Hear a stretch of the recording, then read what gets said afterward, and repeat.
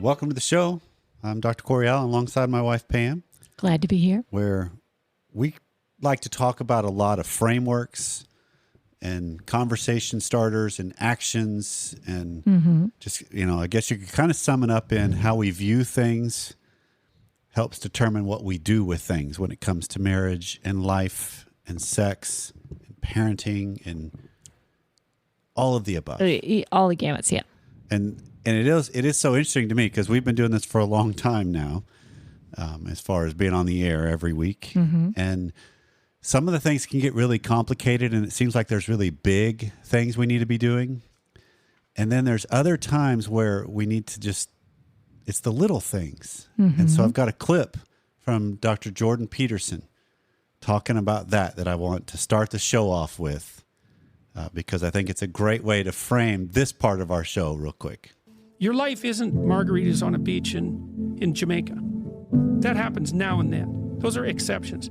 Your life is how your wife greets you at the door when you come home every day.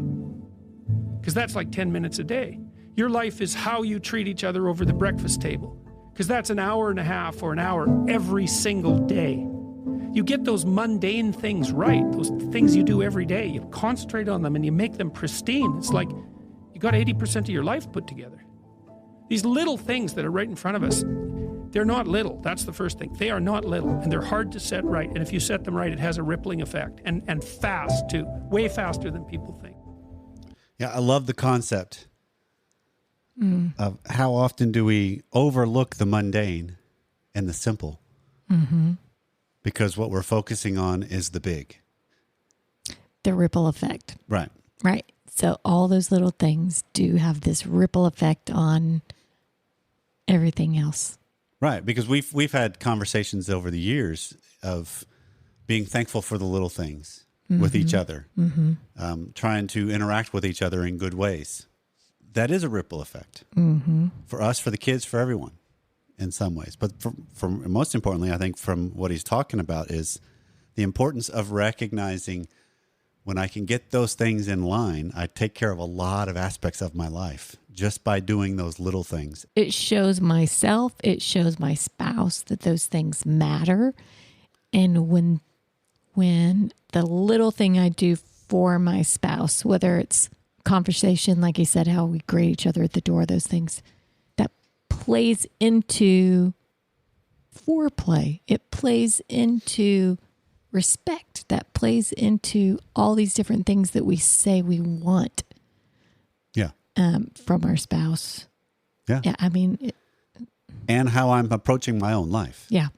And so I think it's a great way to think about this. And as we go into today's show, coming up on the regular version today, I've gone back into the archives and pulled a segment where what we were talking about is how we oftentimes want permission to do things, right? Like, is this permissible? Okay. And so we're basing it off of scripture of all things are permissible, but are they beneficial? And so we get into a dialogue about this, and I've gone through and edited it down and just revisiting it to make it recognize how am I handling myself in the ways I'm going about things and the impact therein. And then on the extended content today, which is deeper, longer, and there are no ads, you can subscribe at passionatelymarried.net/academy. I've gone back again and found a segment on 8 steps to great sex.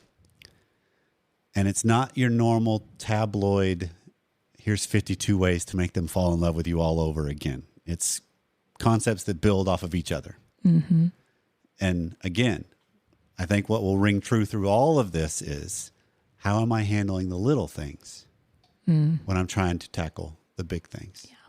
So all that's coming up right after this.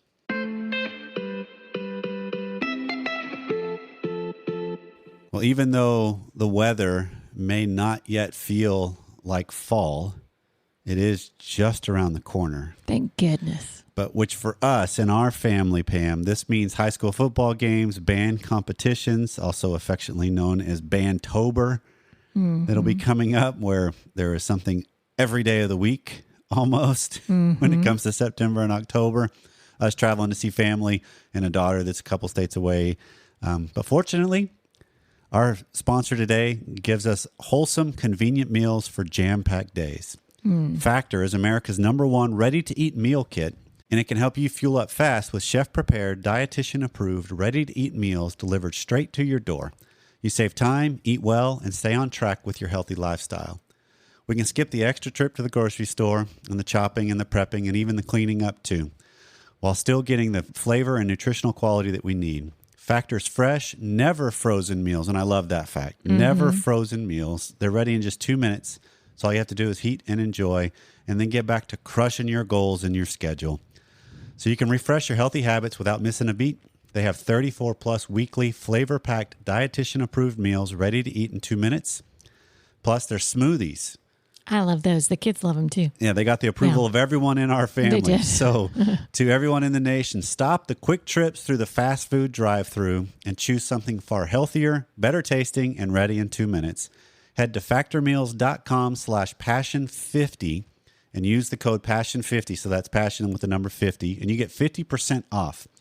That's the code PASSION50 at factormeals.com/passion50 and get them for half off.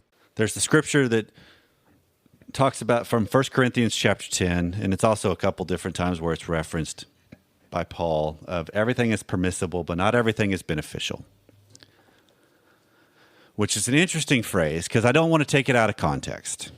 And the context is? The context is where Paul's writing to the letter to the church in Corinth about how people can abuse Christian liberties, right? Because of when Christ came along, he changed the law.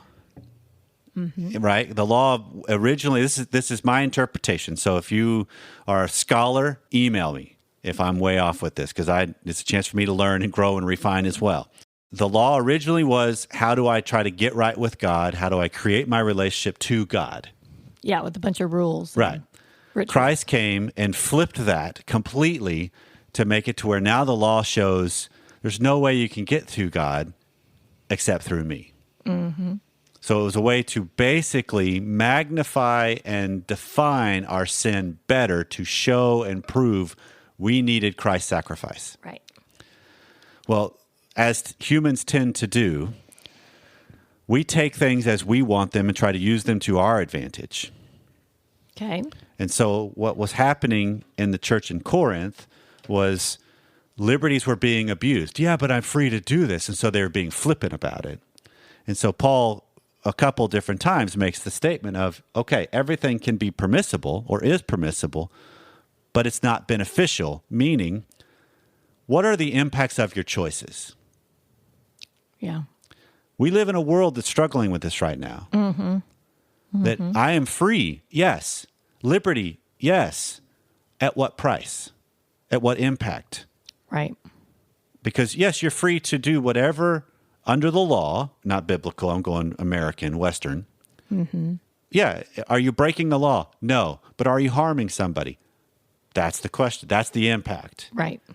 And so there's still this element of a kingdom, and this is where I don't really want to, it's going to have a lot of overlaps where this is going to be a biblical foundation conversation of a kingdom conversation, but also of a relational. Yeah, you're just taking the concept and and, a narrowing familial it down conversation. into that. Correct. Yes. So I think they're going to play off each other is my hope from the outset of this. But I think what matters, we've always tried to take this stance of we don't want to be a moral authority for somebody. We want to help guide towards challenging questions, reframe the questions, ask yourself, what do you really believe? Reevaluate to solidify some solidness and character in people. Right. And you come to your conclusion. Right. Right. Right. Because it seems like far too often, this is what was mentioned months ago in one of our academy calls on the idea of a lot of people want to be told what to do. And when it comes to these dicey situations, because they want to know who to blame if it doesn't go right.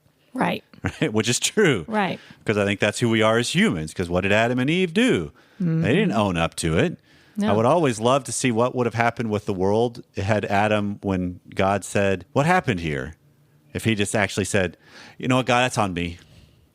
You told me I needed to use my strength and kind of watch out for her, and I didn't. Blame me. I'll own this one. That's all me, dude. Right. Right. And if she said, you know what, I screwed up. Right. I did too. This is my fault too. Right. But that's not necessarily who we are as humans because of this free will thing, because of this freedom thing. But how do we start to look at and examine with what we want in our lives and what we want in our marriage? While, yes, there can be freedom there because I'm not doing anything quote unquote wrong. What's the impact of what it is I'm seeking? What's the impact of what it is I want? Right. What are the consequences of that? Because I think too often, don't we get caught in this trap of, yeah, but it's okay. And so what I'm really wanting underneath all that is for you to believe my okay and come along with me when it maybe isn't okay to you. It's just recognizing that let's use this in the realm of a sex life with a couple. Yeah. Because one person is going to be the higher desire for novel, erotic, fantasy, what have you. Right. And I love Esther Perel's statement of fantasies usually are fraught with politically incorrectness. That there's things in there that's like, oh, I am ashamed I even think that. But it Okay. really turns me on. Okay. Yeah. Right. Or whatever it might be. Because they come in all shapes and sizes. And there's all kinds of variety because some fantasies for people are about past experiences, even with current spouse, which we've taken the stance of that fantasy is not your spouse, though. That's who you were. That's not who you're with. So it's the fantasy, right? There's sometimes fantasies of other. There's sometimes fantasy of kink or fetish or all these kinds of different things. It could just be more aptly termed curiosities. But it's just realizing we as people, when we get caught in this dilemma of I'm uncomfortable with something or I feel like I have been harmed with something, we overreact to it. And we shoot it down. And then if we're in God's kingdom, we can oftentimes then go to Scripture and use that as a weapon. Pull out our holy card. Right. The trumpet. Or pull out the Scripture out of context to say what it is I want or why you can't do this. Or that's the whole weaker brother thing of don't cause me to stumble. Well, your belief is causing me to stumble. You know, and so it's just some of this is just a little bit of a conversation I want to have with you Okay. about the idea of the world in which we're in, of how do we recognize we all need to just do better in bringing up what I'm struggling with, what I'm wrestling with, what I want to try out, what I want to do. I need to really do some wrestling of what's underneath that, because that's where that scripture fits to me of, yes, I can explore these thoughts or these ideas or what I want to do with you, but is it the best choice? Is it beneficial? Is it edifying for both of us? Because a lot of times a higher desire spouse is pushing an agenda, and I'm using that word intentionally, and their spouse isn't interested, but yet they keep pushing. So you have to ask yourself, is that beneficial for you? And a valid question. I mean, you could totally get in a stalemate here between a couple where the low desire is not pushing themselves at all. Right. And that's not good either. Right. Right? I've got to be curious about why I take my stand as the low desire person. No, right? I think this has why to I have happen on those both beliefs. sides. Absolutely. But yeah, the high desire also needs to evaluate why. Right. The word curious is so good, and just understanding myself better, understanding where I'm coming from, and really challenging work. And Yeah. I think that's the crux of it here. But yeah, I think you're right in that high desire needs to evaluate, but then you can still come to a stalemate if you're coming to it from a great point of view, right? Well, I think stalemate is an inevitability on some things in marriage, where that's the same concept as gridlock. yeah, sure. That we're going to find things that were blocked by our partner's wants too. But this is where Schnarch's work was. It's you don't talk your way through these times, you grow your way through them. And a lot of that means you refine your stance on them. You refine and realize maybe what it is I was wanting was a little hollow. Maybe it was just fleeting. Maybe it was just, it won't actually really satisfy. It's not It's not an expanding of myself. It's actually a diminishing of myself if I'm honest about what I want. It's the tyranny of the lowest common denominator. It's, there's a lot of different things I can start to examine to where when I do that kind of a work, I am less likely to blame my partner or feel like I'm held hostage by my spouse because of that work. I'm using them as a conduit for me to grow. The reverse is true with a low desire. The pressures that they feel to want to be invited into and engage in something that they're not comfortable with, the more they can examine and use the pressures that's coming from their higher desire spouse as a conduit for their growth, the more they might reach that plateau or that level, I don't like plateau, the mesa, if you will, because that allows for, it's a little more comfort, but you're higher up. Okay. But you still got the possibility of the next tier, if you will. Then you got the possibilities of using that as the impetus for your own steps and progress and growth and vibrancy and life. And it's because of the pressure that came, because everything that we have in life that we value came from pressure. Right?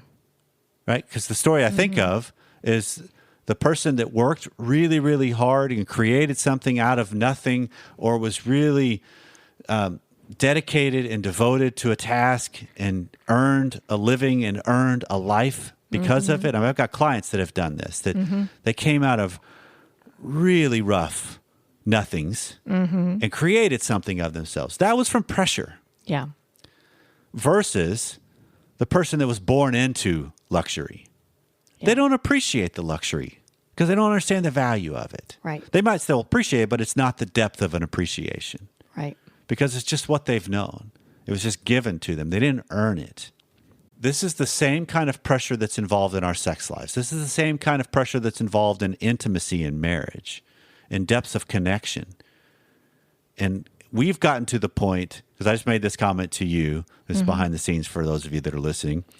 I made the comment to you the other day of a sense of relaxedness to talk about some real things the other night when we were just sitting there having dinner at a picnic table. Yeah.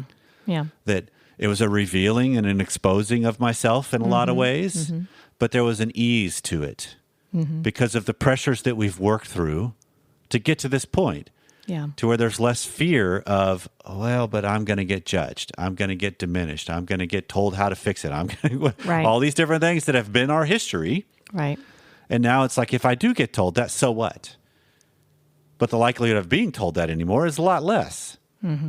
Because there's an element of working through this that we've created a value because of the pressure. And it's not that we've given in overall. It's that we've used that as a drive force. And you digest that pressure better. Right? It's the thing I think of. Somebody made a comment on the call last night of, based on the topic that the majority of this month's coaching call was on with the Passionate Marriage chapter. That he was blown away that in 3 years his wife is now reading that book with him. Right. When before it'd be out of the question. And then what came to my mind is, I'm blown away that my wife is on a co-host on this show with me from where it was almost 10 years ago. When I used to couldn't listen to it. Right. Yeah. But that's the pressure that happens, that it's not necessarily overt. It's just a journey of alongsideness, of companionship, of not always doing it right, but having the crux to keep coming back to of, am I wrong in pushing what I'm pushing for? Maybe I've squared it and I'm not, but is my pushing for it beneficial? That's a better question. Is it worth it? Is it edifying for both of us? Is it really going to satisfy what I have attached to it? And those are the things I need to ask myself. Well, then what is it I'm trying to satisfy? And can it be? Because a lot of times some of our fantasies come out of some serious hurt. True. Right? They come out of some trauma. They come out of, and that's the way the brain can rewire and make sense of it.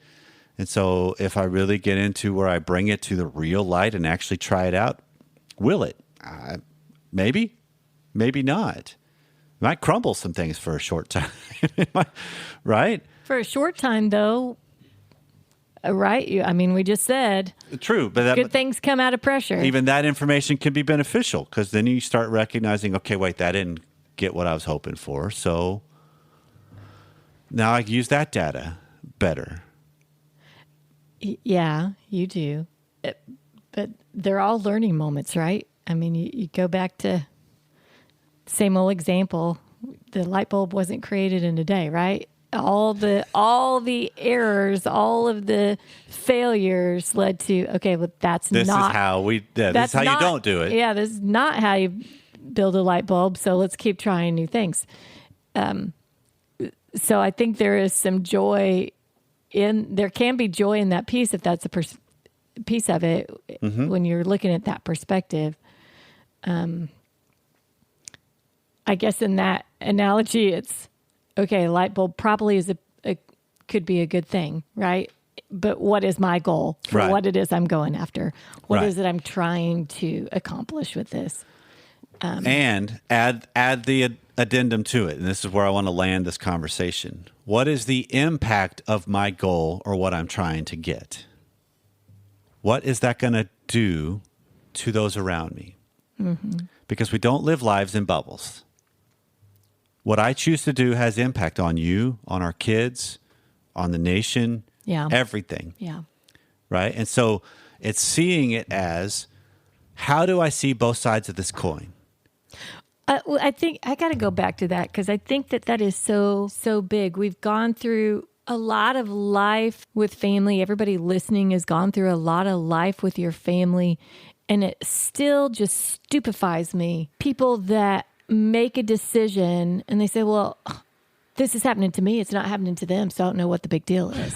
Right. And they're just so unaware of how what they're doing affects anybody else in their circle. Right. It's only about Right. them, not realizing, well, yeah, maybe I'm not the one going through XYZ, but man, I still have to show up to a family reunion with you. Right. And that's awkwardness. Maybe because or- my not showing up is impact. Right, true. But I mean, the kids and the schedules and you name it, all these things that happen.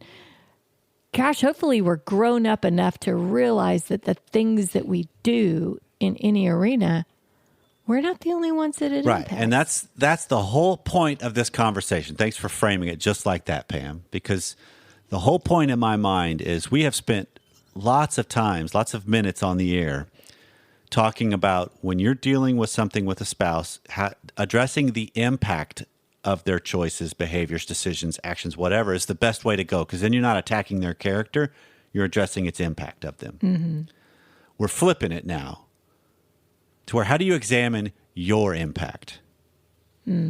Because if you want to be in a marriage that's edifying, loving, caring, compassionate, you better take into account the impact you have. Mm-hmm. And if I'm willing to really have those moments of growth, I'm much more likely going to be able to address. I can't mitigate the impact completely because the choices we make do have impact. Doesn't matter. Mm-hmm. But I can be cleaner about it. And then I can address when the time comes if I have to pay a price for it, quote unquote. Right. I can be much more honest about, yes, I get it. I understand how that hit you that way. I can understand how you responded that way. I can understand how that you hear it this way. And that acknowledgement goes so far. Completely. So because then far. it's no longer, why won't you do this? And it's more, I get it. But I'm still trying to grow. And I'm still, and this creates room for both of us. Mm-hmm. Because I'm acknowledging both sides better while still trying to just handle mine. Right. It's funny, I think, on that phraseology I just used, you can take that to mean two things. Okay. That acknowledgement only goes so far. Or that acknowledgement goes so far. Yeah, it's nice to have that acknowledgement, but and that comes back to the integrity of the person who's acknowledging it, right? Yep. Okay, I acknowledge this, but if everything else in life is not coming from integrity, then that's just someone making a decision saying, yeah, I acknowledge you're going to be upset about it, but I really don't care. Yeah.